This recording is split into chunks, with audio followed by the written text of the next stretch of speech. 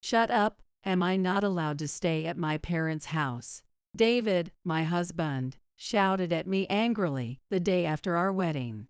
That morning, I woke up to find David packing clothes into a carry-on bag. He said his parents had called him and he needed to go visit them. David's parents lived close enough for a day trip. The fact that he was packing clothes meant he planned to stay overnight. If something serious was happening that required David to stay at his parents' house, I was worried too.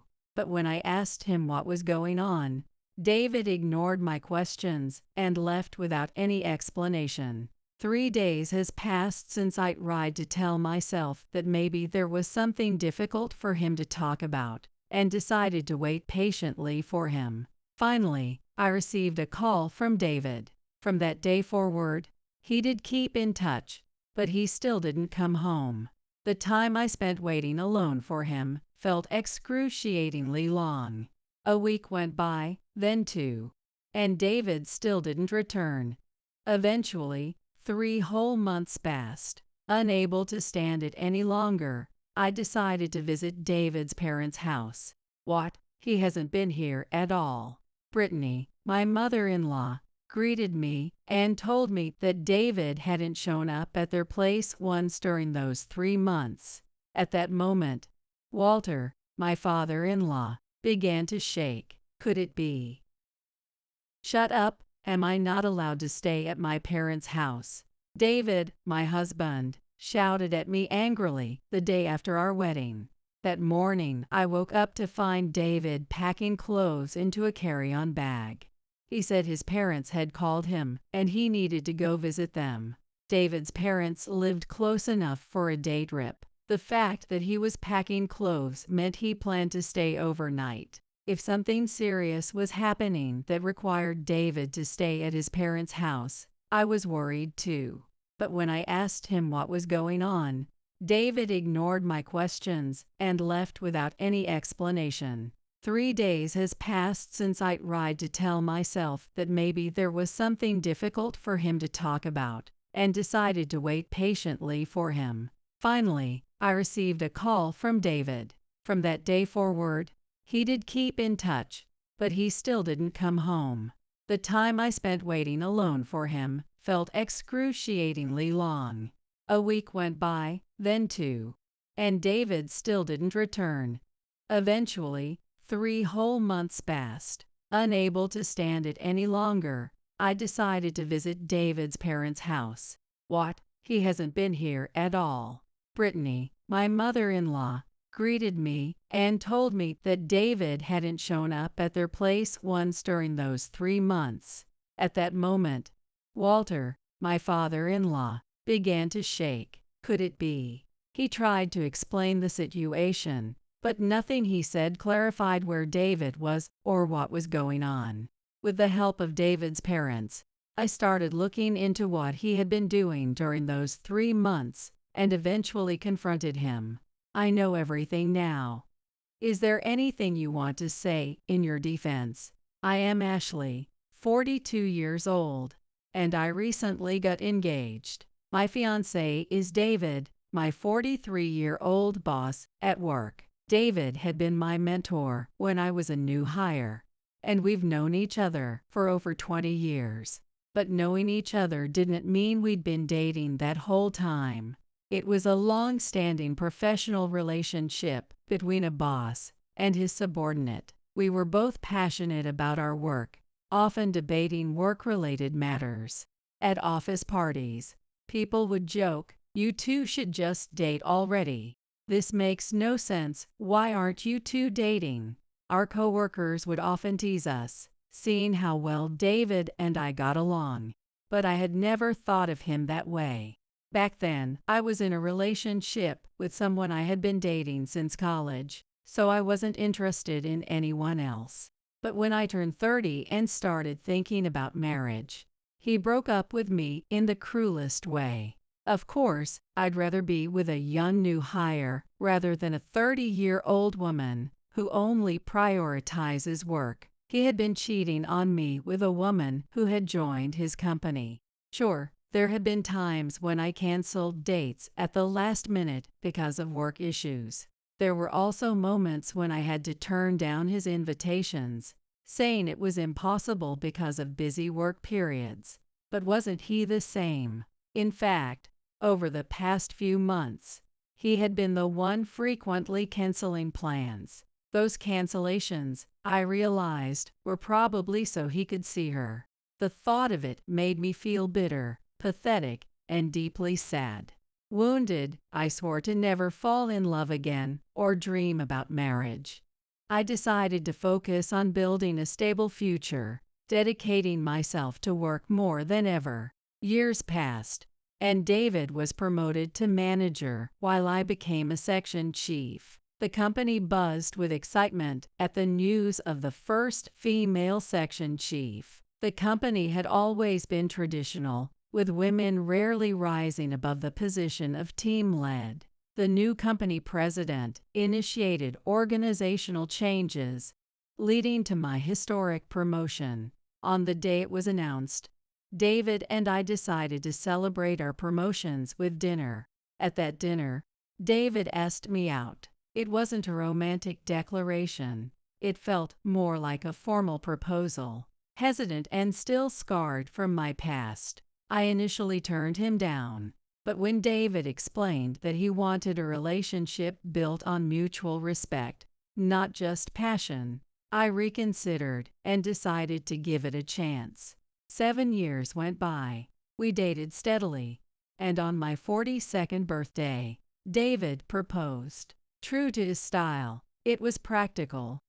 We're not getting any younger. Don't you think it's time we got married? There was no diamond ring at a fancy restaurant. Just the two of us at our usual tapas bar. Casual as ever, but I didn't care about that. What mattered to me was the hope of a peaceful, stable life, even without a grand romantic proposal. With David, I believed that kind of life was possible. So I said yes. We shared the news at work, and I submitted my resignation at the same time.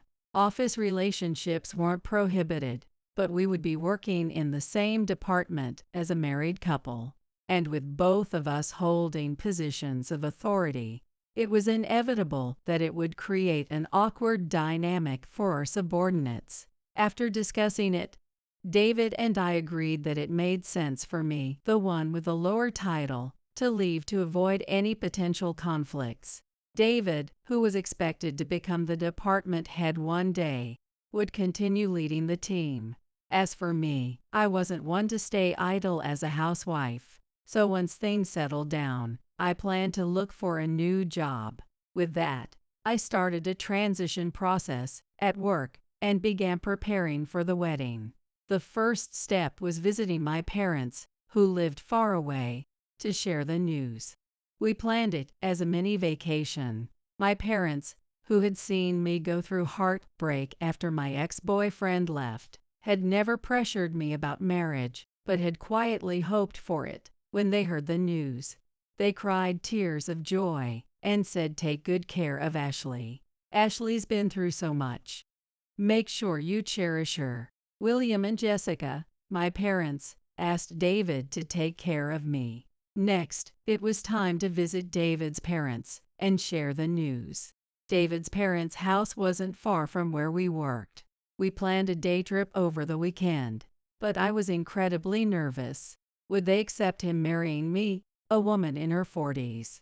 What if they were hoping for grandchildren and opposed the marriage? Could they possibly be unkind or disapproving? The mix of emotions made me feel almost sick. But when we arrived, David's parents welcomed me warmly. "If you ever have any problems, don't hesitate to come to us, okay? If David does anything out of line, you tell me, and I'll make sure he regrets it," they joked, making me feel at ease. I felt reassured that a man raised by such kind-hearted people would make for a joyful, supportive husband. After our family meeting went smoothly, we began preparing for the wedding. I suggested we could skip the ceremony due to my age, but David said, "This is a first marriage for both of us, and I bet your parents would love to see a wedding, even if it's small.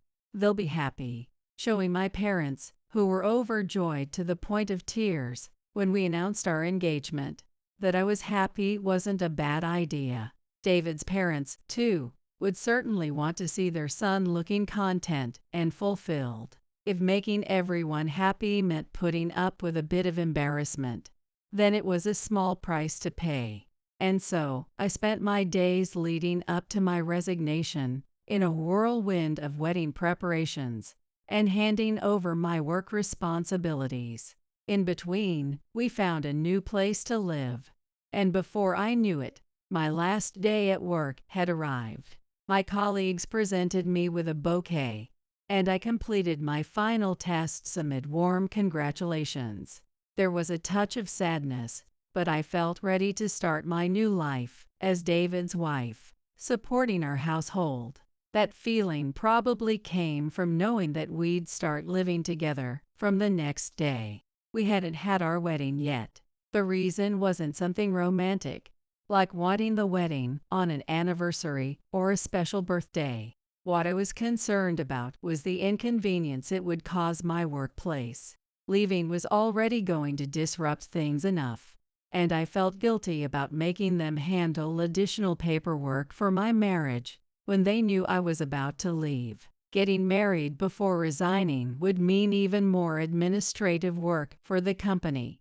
They'd have to process those changes, only to then handle my resignation right afterward. So I figured if we got married after I left, they'd only need to deal with my departure paperwork. David and I discussed it and decided we'd have the wedding after I resigned.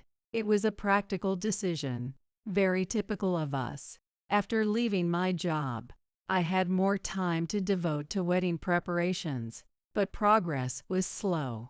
That was because, not long after we got married, David stopped helping with the planning altogether. I understood that he was busy training the person who replaced me at work. Still, there were things I couldn't handle alone, especially when it came to his friends and relatives, who I barely knew. Even so, David's response was always the same. "Yay, sure. I trust you to handle everything, Ashley."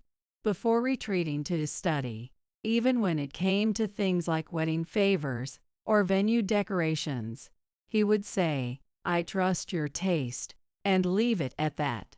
While I knew he was busy, I wished he'd at least offer an opinion. Yet, knowing my resignation had added to his workload made me hesitate to push him. So I pressed on, planning the wedding with help from my in-laws and advice from the planner, and managed to pull it together. However, even on the wedding day, David seemed distracted. He'd drift into a daze or glance nervously around. Even when guests offered congratulations, his responses were brief and hollow, his face blank. I felt guilty for the guests who had come to celebrate, worried they'd notice. "Is something wrong? Are you worried about something?" But David didn't answer, leaving a shadow over what should have been a joyous occasion. His parents noticed his behavior too. "What's going on with you? You're being disrespectful to Ashley, her parents, and all our guests." They scolded him, but it made no difference. That night, even after we got home, David shut himself in his room, leaving me feeling unsettled as I drifted into an uneasy sleep. The next morning, I woke to see David packing clothes into a carry-on bag. We weren't planning a honeymoon, nor did he have any upcoming business trips. So why was he packing clothes? When I asked, he said his parents had told him to come visit. "You're packing so much just to visit. It's not even that far." "Shut up. Am I not allowed to stay at my parents' house?" "I didn't say you couldn't. It was just a question." But his sudden outburst escalated the situation. Packing that much meant he intended to stay over. If something serious enough for David to stay overnight at his parents' house was happening, of course, I would be worried. When I tried to ask what was going on, David abruptly shut his carry-on bag and snapped, "Stay out of family matters." before storming out. His words hurt me deeply. Weren't his parents my family now too, even if only by marriage? Wasn't David, my husband, part of my family? I felt tears well up. Still, I told myself that maybe there was something he found difficult to discuss, and decided to wait for him. But even after 3 days, David neither returned or contacted me. Worried, I called him, but he didn't answer. I tried again several times with pauses in between, but still, there was no response. I thought about calling his parents' house when he finally called back. Why can't you get it through your head? If I'm not answering, there's probably a reason for it. His sudden anger made me feel frustrated. Maybe I had been persistent, but it was only because I was worried. It wasn't like David had asked me to care. But wasn't it normal to give a simple update if you didn't want others worrying? When I pointed this out, David started apologizing. I'm sorry. I've been stressed out and worried about Mom's health. Brittany, she's unwell. At the wedding, she had shown no signs of being ill. Could she have fallen sick right after? I offered to go and help at his parents' house, but David declined. Even though it was a weekend, David would need to go back to work the next day. I thought it made sense for me to step in since I had already left my job. But David said, "She's my mom, so I'll handle it. Just stay home, Ashley," before hanging up. After that, David started updating me with messages and calls, perhaps to keep me from worrying. But Brittany's condition didn't seem to improve. Even after visiting a major hospital, there was no clear diagnosis. I was beside myself with worry, but David would say, "She'd feel pressured if you came by, Ashley," so all I could do was hope for a recovery from home. A week turned into 2, and David still didn't come home. The time I spent waiting alone felt painfully long. Before the wedding, living alone with a full-time job made time pass quickly. Now, after finishing the cleaning and laundry, there was nothing else to do.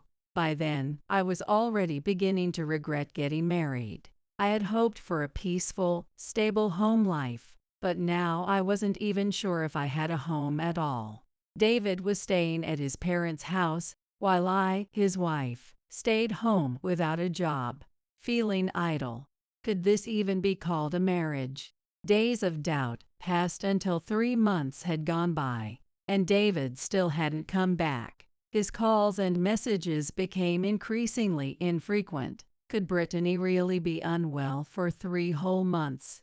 And how was David managing work while supposedly caring for her? Why hadn't Walter, his father, said anything about David not coming home? Determined to find answers and check on Brittany, I decided to visit his parents' house. Just as I reached for the doorbell, Brittany stepped out, dressed casually in a tracksuit. "Oh, Ashley, what a nice surprise. Are you visiting?" She greeted me with a cheerful voice and a smile. "I heard you weren't feeling well." "What? No, I'm perfectly fine. I was just about to go for a walk," she said, looking puzzled as I stood there, stunned. She invited me inside, and I followed, still processing. Walter, who was retired, was also at home. "Why did you look so surprised earlier?" Brittany asked as she set a cup of coffee in front of me and sat beside Walter. "Well," I explained that David hadn't returned since the day after our wedding, and that he told me he was staying at their house. "What? He hasn't been here at all?" It turned out David hadn't visited once since the wedding. So his story about staying at his parents' house to care for Brittany had been a lie. I sighed, managing only a quiet, "I see." So where was David staying? I could guess, but I desperately hoped I was wrong. Beside Brittany, who looked troubled, Walter's face turned pale, and he started trembling. Could it be? It seemed Walter knew something. Brittany, looking anxious, urged him, "If you know something, tell us now." Walter hesitated for a moment before speaking. It's just a possibility, but I need to say this, Walter prefaced cautiously, and said David might be having an affair. Walter explained that he had recently seen David walking in town with a young woman. At first, he thought he'd mistaken the woman for someone else since she was smaller than me. But after hearing that David hadn't been coming home, he realized it might not have been a mistake. Brittany's face turned pale as she apologized to me, though it wasn't her fault, and we still weren't sure of the truth. Walter asked me what I wanted to do next. Although I was in shock and hadn't considered my next steps, being asked directly helped clarify my feelings. I want to know the truth. If David was truly cheating, I wanted a divorce, and for him to face the consequences. Even if he wasn't. If he had lied and stayed away for any reason that made a genuine relationship impossible, it would lead to the same outcome. Divorcing without having lived as a family seemed strange, but living alone while being married made no sense either. I understand. I'm disappointed that this is happening, but I support you, Ashley, Brittany said, understanding my decision.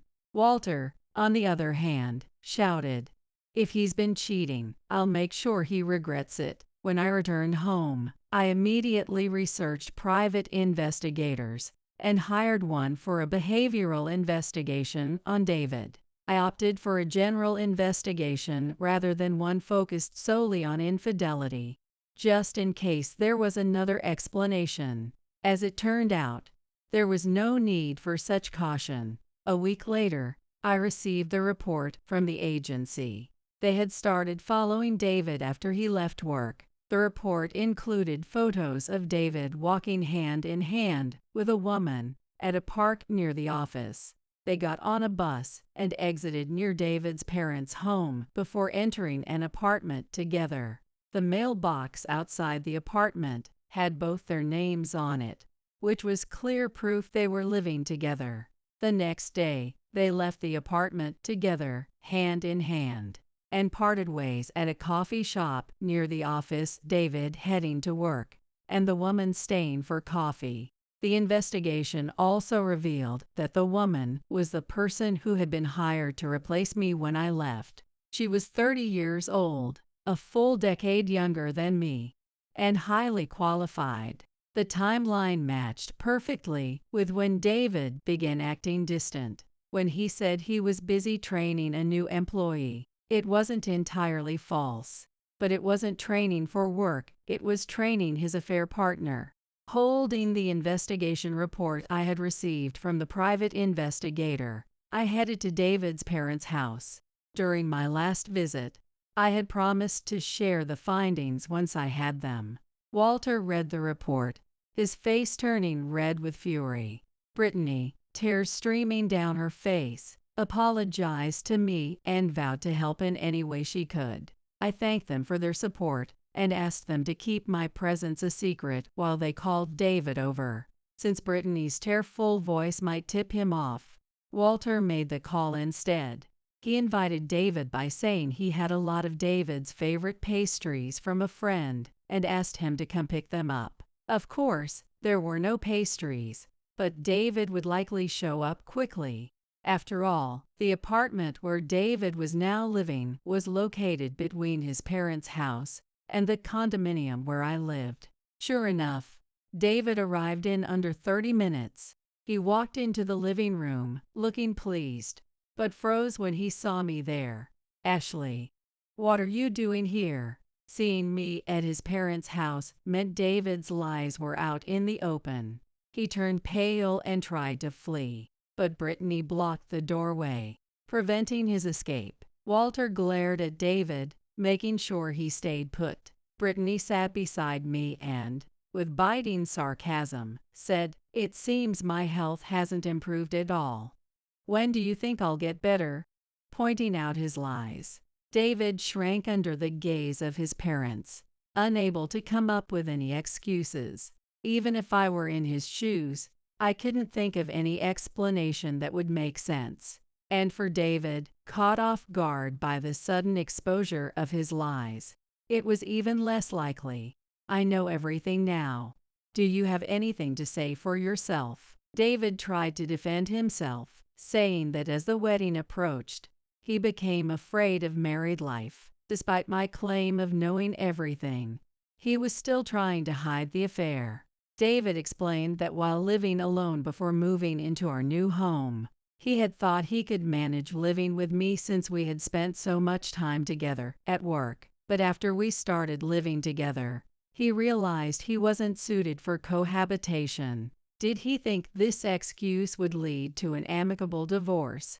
There was no way I'd allow that. Cohabitation. You seem fine living with a young woman, don't you?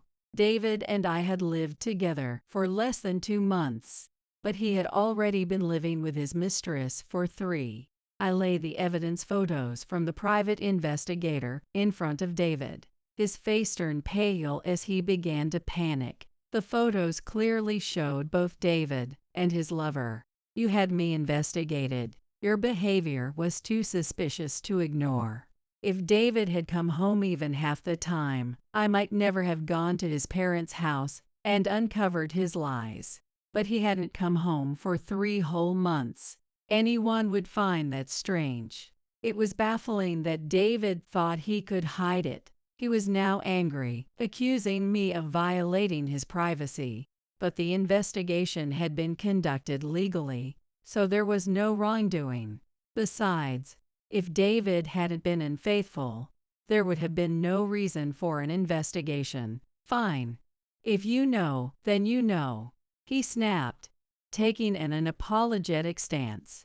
Walter shouted at him, but David retorted, of course, any man would prefer a younger woman. My girlfriend is only 30. Who wouldn't be jealous? Don't you dare. Do you even understand what you've done? Even with his parents scolding him, David remained unfazed. Enough already. I don't need someone like Ashley who's past her prime. I had reached my limit. No, I'm the one who doesn't need you. I won't tolerate being with someone who cheats and shows no remorse. I want a divorce. I handed him the divorce papers, and David signed them eagerly, almost smiling. And just so you know, you'll be paying alimony. Our marriage had been brief, but I had quit my job for it. On top of that, I hadn't received any financial support during the marriage, so I was entitled to some compensation. You're really that money hungry? You've saved a lot, haven't you? Can't you let it go? Enough. What's wrong with you and that attitude? Walter interrupted David's complaints about paying alimony, shouting, I'm disappointed that you can't even show remorse. Brittany's face was full of anger and disappointment as she scolded her son. What is this, both of you turning on me? I'm your only son. If you cut ties with me, you'll be the ones struggling in your old age. David's confident demeanor seemed to come from his belief that his parents would never abandon him. However, ever since my previous visit, his parents had been discussing what they would do if it turned out David was cheating. They had considered the possibility of him showing remorse, and the possibility that he wouldn't. It all depended on his attitude. David showed no signs of regret, so Walter declared, We're cutting ties with you. Don't come back to this house. You'll get nothing from us, not even an inheritance. Brittany wept openly, heartbroken by her son's behavior. Despite seeing his mother's tears, David scoffed, Fine. If it means being with her, then cut me off. He agreed to pay alimony and sever ties with his parents before walking out. David, who had started dating me knowing how deeply I had been hurt by my ex's affair with a younger woman, now did the same thing to me. There was no way I could forgive him easily.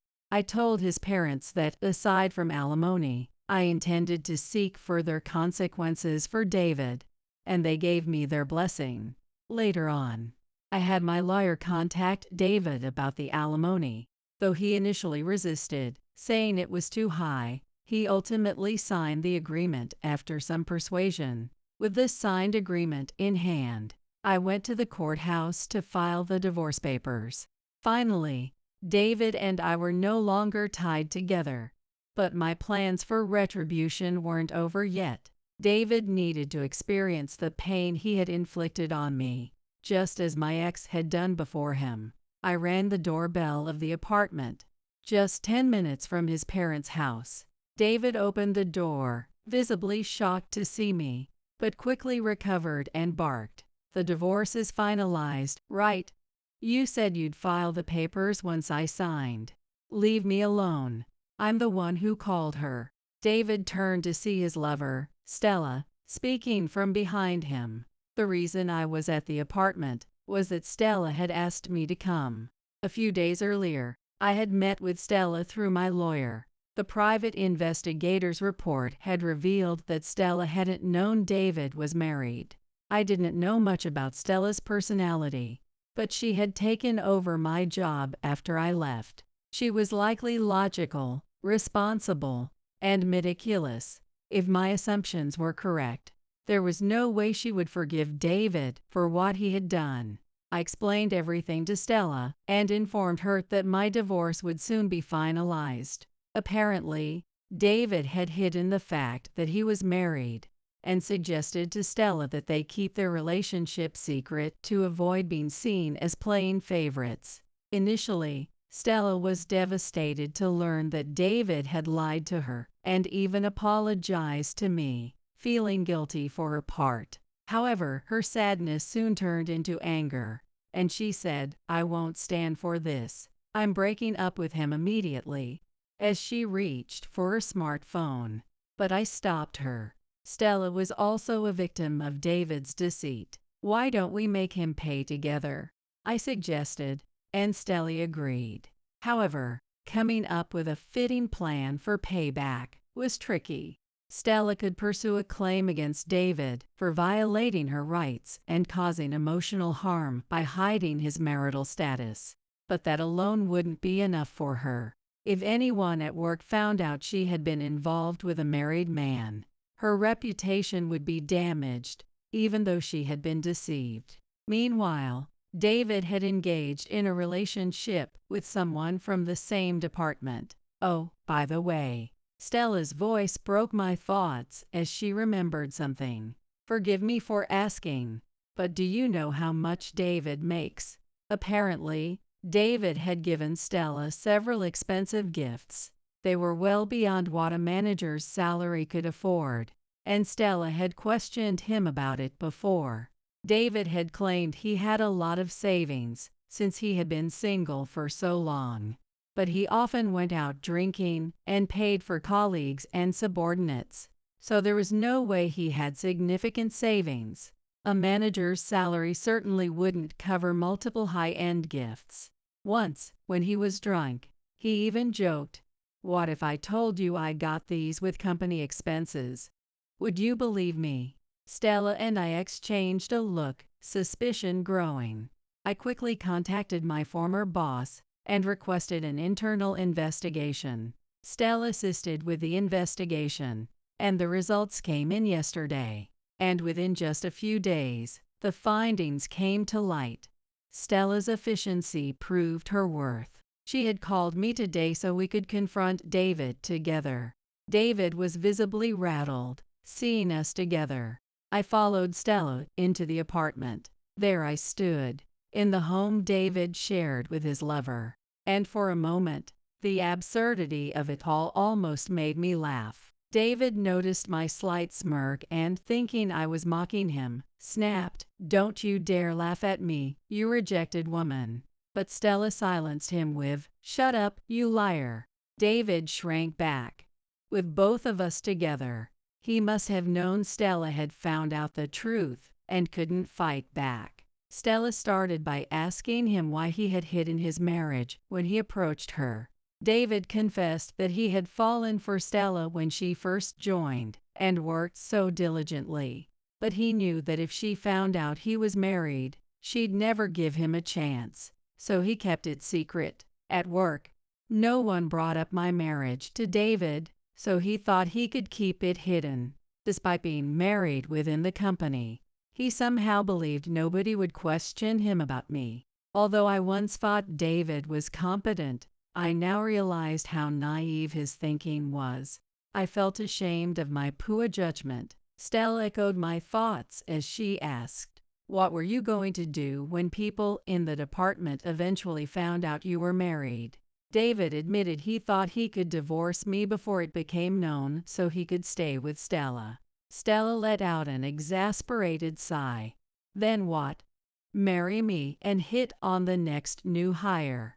David denied it, but Stella's expression said she believed otherwise. "David says he fell for me when he saw me working hard, but wasn't it the same with Ashley?" Stella suggested that David only admired women while they were immersed in their work, but once he stopped seeing them that way, his interest waned. Thinking back, David's coldness towards me started not only when Stella joined, but also when I left my job. The idea that he lost interest after I stopped working wasn't too far-fetched. David seemed deep in thought, but I didn't care anymore. Saying I should never have quit my job was pointless now. I turned to Stella and gestured for her to continue. Stella, breaking David's trance, declared, "I'll be suing you for damages for violating my rights." David looked up in shock, pleading, "Please, just let me be with you," as he turned to her with desperation. But Stella rejected him, telling David that it was over between them. Reluctantly, David agreed and said he would find a way to gather the compensation for both Stella and me soon. It was finally my turn to speak. "You're the head of the accounting department, right? Did you think using company funds would make it easy?" I hinted at what I knew, and David's face turned pale. "No, it's not like that. I don't know what you're talking about," he stammered, visibly shaken. As it turned out, my former boss and Stella had conducted an internal investigation and discovered that David had indeed been misusing company funds. For someone trusted and seen as a future department head, abusing his position for such fraud might have seemed simple. Evidence had already been found showing that David used company expenses for dates with Stella and to buy her expensive gifts, proof that was impossible for him to deny. David, now pale as a ghost, pleaded with Stella and me, "Please, don't report this to the company. I'll pay back everything I took." Neither Stella or I wanted to be complicit in his embezzlement. We firmly refused, but David, now in tears, begged, "I was wrong. I'll never do anything like this again. Please forgive me." However, I knew that my former boss had already informed the higher-ups about the situation. It was far too late to consider keeping it a secret, even if it weren't already reported. There was no way I would hide his fraud because of his pleas. Accounting is, after all, the final safeguard against misconduct. As David continued to beg, his phone rang. "It's the company." The timing seemed almost perfect, but that was no coincidence. Stella and I had been asked by the company to stall David so he couldn't run. Even though it was Saturday, the upper management and the accounting team, except for David and Stella, were all at work. The accounting team was collecting evidence of David's fraud, while the management held a meeting about his embezzlement. The call likely came after the meeting had concluded. Judging by David's tone on the call, it seemed the company had summoned him for a fact-finding meeting. "It's over." David muttered those words before collapsing to his knees, utterly defeated. To ensure he didn't flee, Stella and I escorted him by taxi to the company. Although we weren't allowed inside due to her personal involvement, we handed him over to the security team outside the building. Afterward, David was formally charged with embezzlement and put on trial. He was likely facing a suspended prison sentence. The company, of course, dismissed him immediately. Finding a new job would be nearly impossible.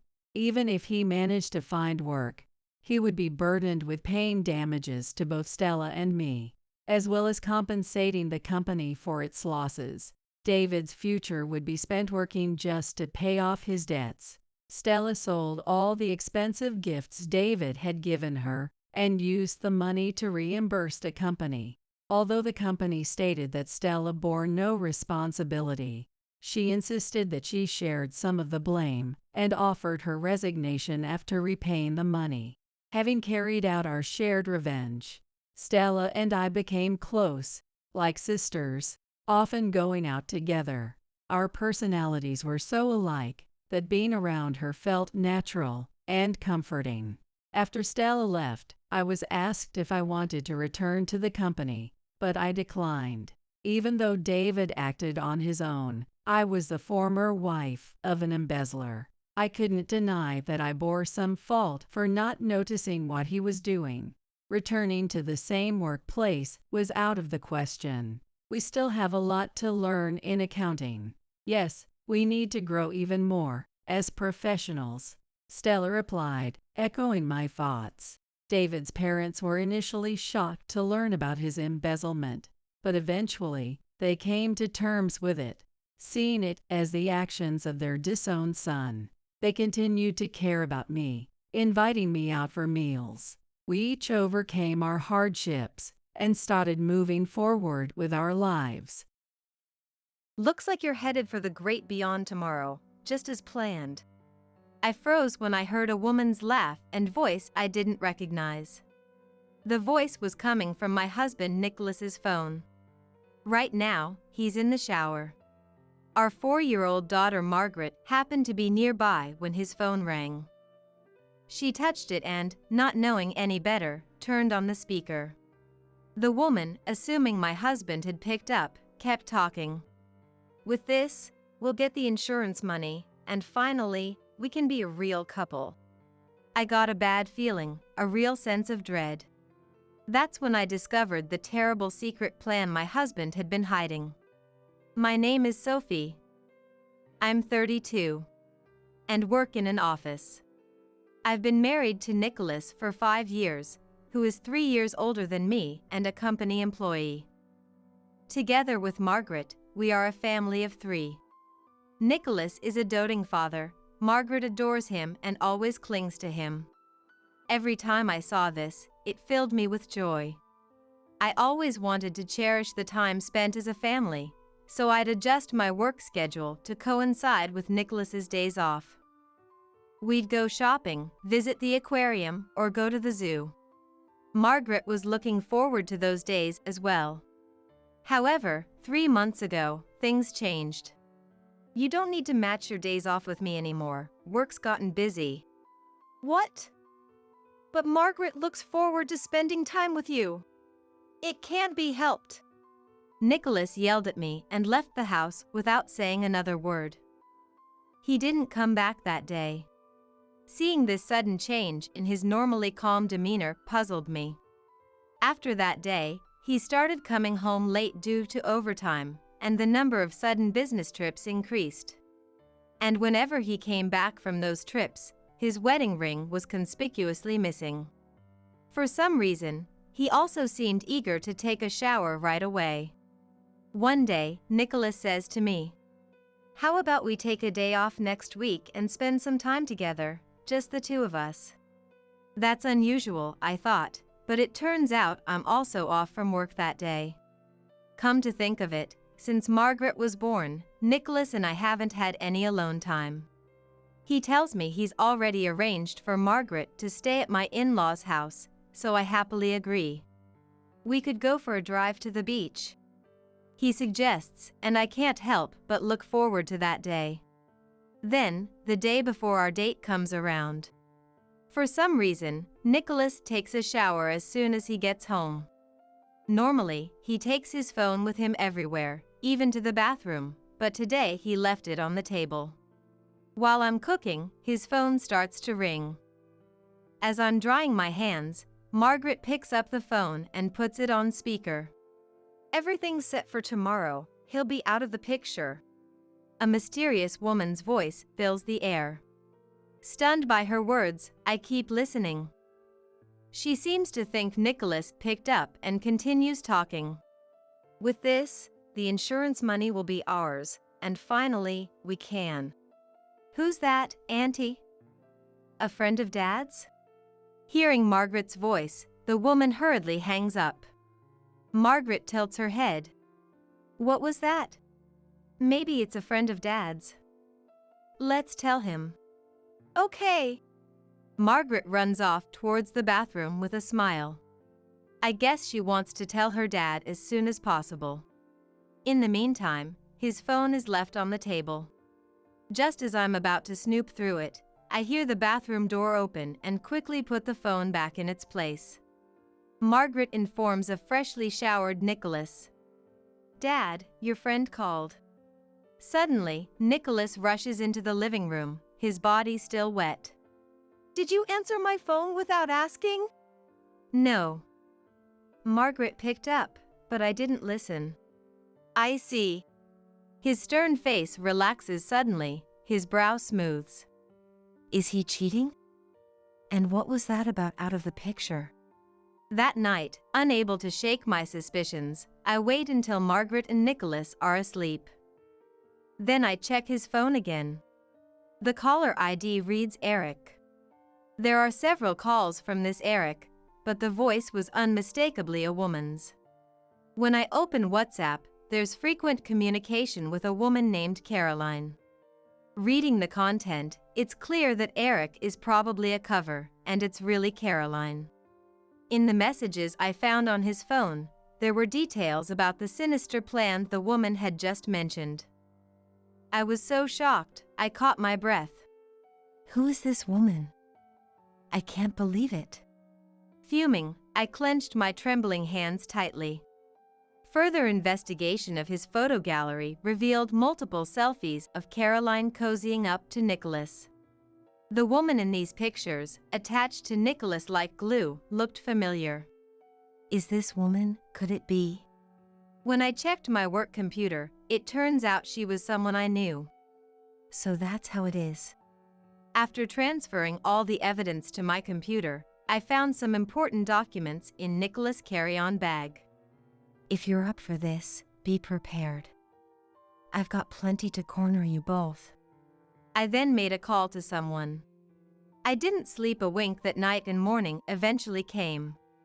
As I prepared breakfast, Nicholas, unusually up early and in high spirits, said, "Great weather for a drive, huh?"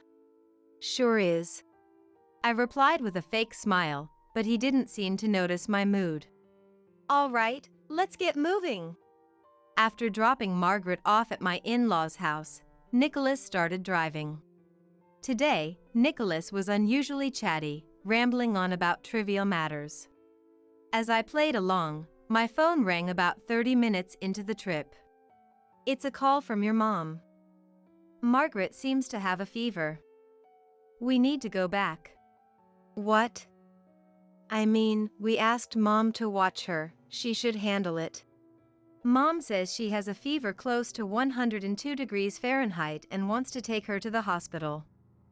I have the medical insurance card, so we need to go back." "All right, fine." Nicholas reluctantly made a U-turn. When we arrived at my in-laws' house, Nicholas energetically opened the door to be greeted by a surprised-looking Sasha, my MIL. "Mom. How's Margaret's fever?" "What are you talking about?" "You called Sophie's phone earlier, right?"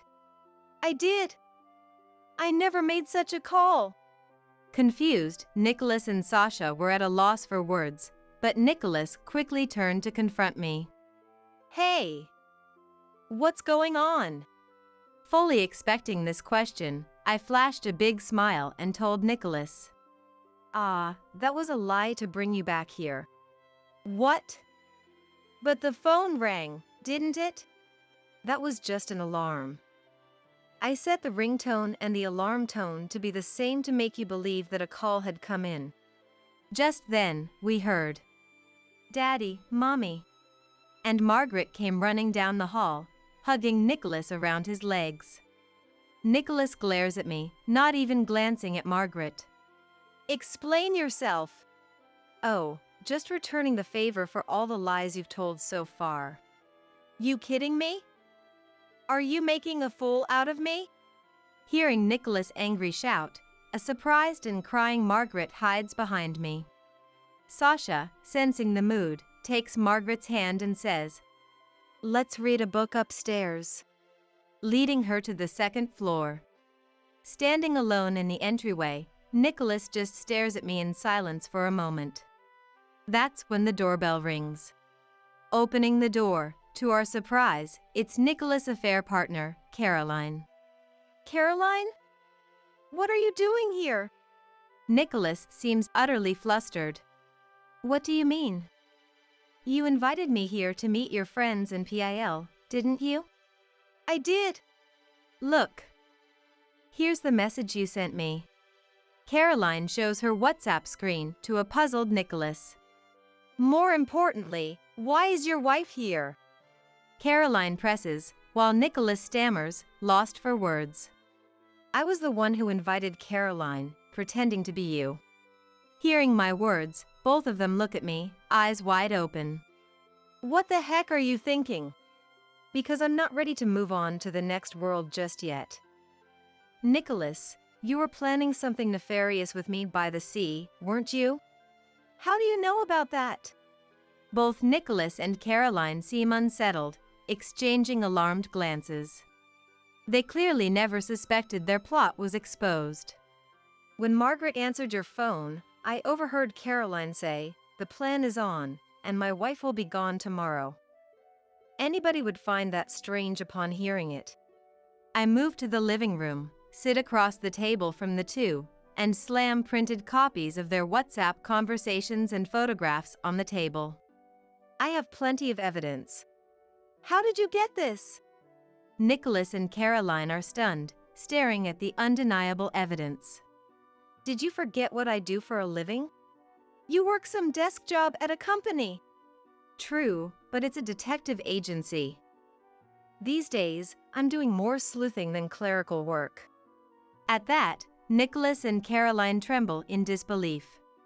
And then, I lay out the $300,000 life insurance policy under Nicholas' name in front of him. I can't believe my own husband was planning to trade my life for money. That's a misunderstanding. What misunderstanding? The entire plan is detailed in those WhatsApp messages. Well, you see. Nicholas scrambles for words, trying to make an excuse. I turned to the woman beside me, who was avoiding eye contact, and asked her a question.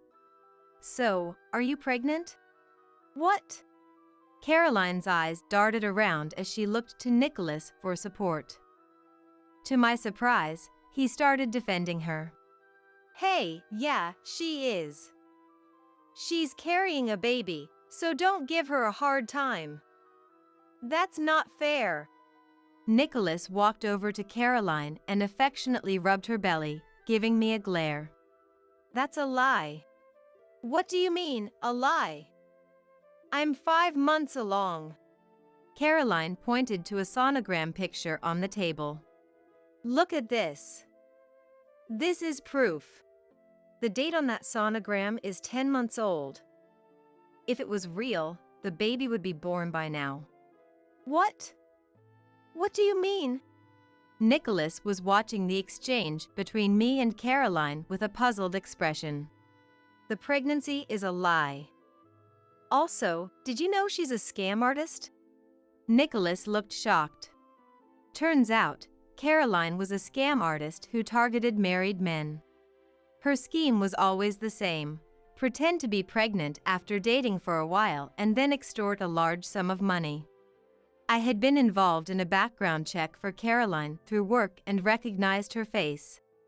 When I showed the investigative report to Nicholas, he was reading it, gasping.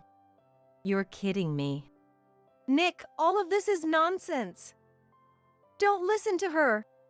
A panicked Caroline clung to Nicholas, but he forcefully shook her off and sighed deeply.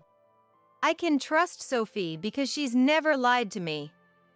Compared to that, I can't believe you're not just lying, but you're also a scam artist. No, Nick, please believe me. Caroline sank to her knees, covering her face with her hands, and began to sob as if to gain sympathy. However, even Nicholas seemed to realize he could no longer trust Caroline. Out of the blue, he offered me a sincere apology. Sorry. My bad. Let's start over. I was utterly flabbergasted by Nicholas, who seemed to think an apology would fix everything. I then handed him the divorce papers I had prepared in advance. We can't be a married couple anymore. You'll sign this, right? In the divorce proceedings, I also demanded $30,000 in damages, $20,000 for property division, and $1,000 for monthly child support. Please, don't say that. Reconsider. It's too late for that. The only person I love is you, Sophie. Just as Nicholas was resisting, making all sorts of excuses and hesitating to sign, Margaret came downstairs and ran over to him. Dad, do you need help signing? Should Margaret write it for you? Margaret smiled innocently at him. Unable to resist any longer, Nicholas signed the papers without a word. Dad, I signed it well for you. Margaret, who knew nothing of the situation, beamed happily. Sasha noticed the situation and invited Margaret to the park. Full of energy, Margaret said, I'll be going now. And left. I'll also demand $1.5 million from you in the divorce case, I told Caroline. She lost her temper, her face turning red. Why should I have to pay? I'll also be contacting the police about you. Pay for your crime. Caroline's face turned pale, and she started to tremble. I can't be caught now. She dashed out of the living room towards the entrance. However, police were already waiting outside, and Caroline was immediately arrested. Let go of me! Caroline, whose appearance was far from her shrieks, thrashed about as she was restrained by the police. Nicholas, who had followed her to the entrance, looked drained when he saw what was happening. A police officer then tapped Nicholas on the shoulder and said, It's time to go. No way! Why do I have to be arrested? Sophie, help me! Nicholas resisted and struggled, but the burly police officers dragged him into the patrol car and drove off. About 15 minutes later, Sasha and Margaret returned home. Sasha had tears in her eyes and apologized to me, as if she'd seen everything from a distance. Turns out, it was Sasha who called the police. When I found out about Nicholas's plan to ruin me with Caroline, I immediately confided in Sasha. Shocked, Sasha said, If that's true, it's my responsibility as a parent to report this to the police. And she agreed to help. That's why she had been keeping an eye on us while entertaining Margaret upstairs. I guess she took Margaret to the park because she couldn't bear to let her granddaughter see her father get arrested. I said, I'm sorry for causing such a commotion, and handed Sasha a handkerchief. The next day, I filed for divorce in court. Nicholas and Caroline ended up behind bars. Nicholas sold our home and used the money to pay alimony and child support. Sasha covered the remaining costs, saying, It's the least I could do. The plan was to make Nicholas pay her back once he's out of jail. As for the compensation claimed in the divorce case against Caroline, I plan on having her pay in full once she has served her time. Meanwhile, Margaret and I moved back to my parents' house. Margaret is doted on by my parents, who find her incredibly adorable. I am committed to protecting my sweet Margaret and pouring all my love into her from now on.